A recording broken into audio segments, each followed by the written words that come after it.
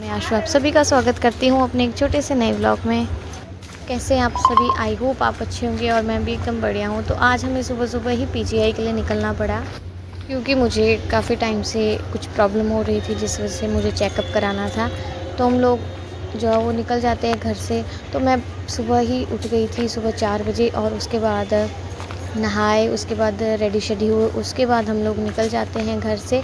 और दिया को मैंने बस कपड़े ही पहनाए थे और उसको आज सुबह सुबह नहीं नहलाया क्योंकि सुबह सुबह जो है वो ठंड का मौसम भी हो जाता है बच्चे के लिए, क्योंकि एकदम रूम से बाहर एकदम बच्चे को निकालते हैं तो एकदम बीमार होने के चांसेस बढ़ जाते हैं। तो जिस वजह से मैंने दिया को नहीं नहलाया, उसको सिर्फ कपड़े वगैरह चेंज कराया, उसका मुँह ही धुलवाया, और उसके बाद हम लोग निकल जाते हैं घर से ऑटो लेने के लिए। तो जैसे ही हम लोग चौक के पास पहुंचते हैं तो देखिए मौसम कितना अच्छा हुआ था सुबह सुबह के टाइम पे, और एक भी शॉप नहीं खुली थी क्योंकि टाइम जो है वो भी 5 ही बजे थे, जिस वजह से शॉप्स नहीं खुली थी और गाड़ियों का भी इतना रश नहीं था।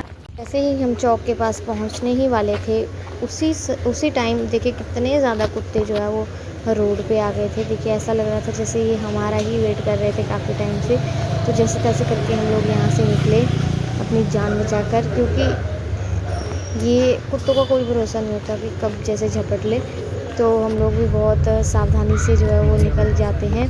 तो थोड़ा वेट करने के बाद हम लोग को मिल जाती है गाड़ी जो कि जा रही थी पीजीआई के लिए। जैसे ही हम पीजीआई पहुंचते हैं अपने फ्लोर पे जहाँ पे हमने पर्ची बनवानी थी, तो देखिए कितना ज़्यादा रश था।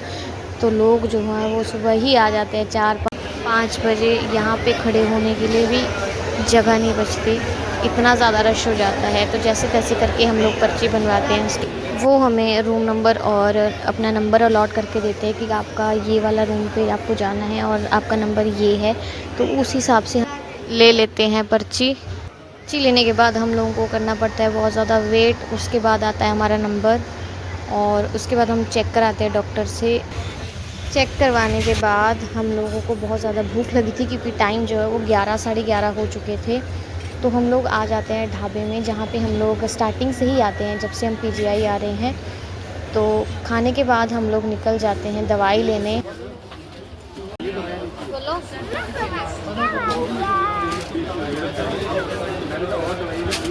दुकानों में बहुत ज़्यादा भीड़ रहती है जिस वजह से बहुत टाइम लग रहा था दवाई लेने में, पर जैसे तैसे करके जो है दिया के पापा ने दवाई ले ली और फिर हम लोग जो है वो निकल जाते हैं ऑटो लेने के लिए।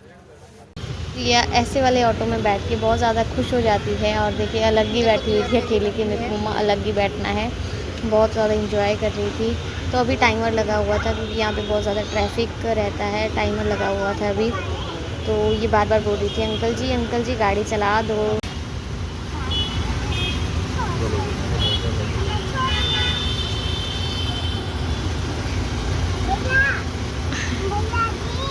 हो कहाँ रख रही है सिर्फ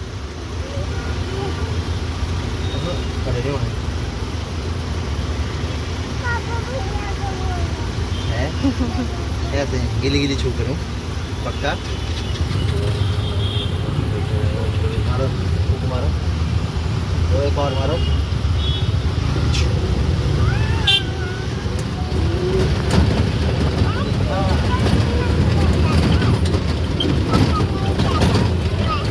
टाइमर जो ख़त्म हो गया था, तो अभी जो है हम लोग बस पहुंचने ही वाले थे जहाँ से हमें बस लेनी थी।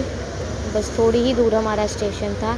हमने ऑटो ही किया था क्योंकि काफ़ी दूर था जहाँ से हमें पैदल आना पड़ना था। तो दिया के पापा ने बोला कि नहीं ऑटो ही कर लेते क्योंकि धूप भी इतनी ज़्यादा थी, तो हम लोग ले लेते हैं ऑटो ही। और यहाँ पे दिया जा रहा था पौधों को पानी।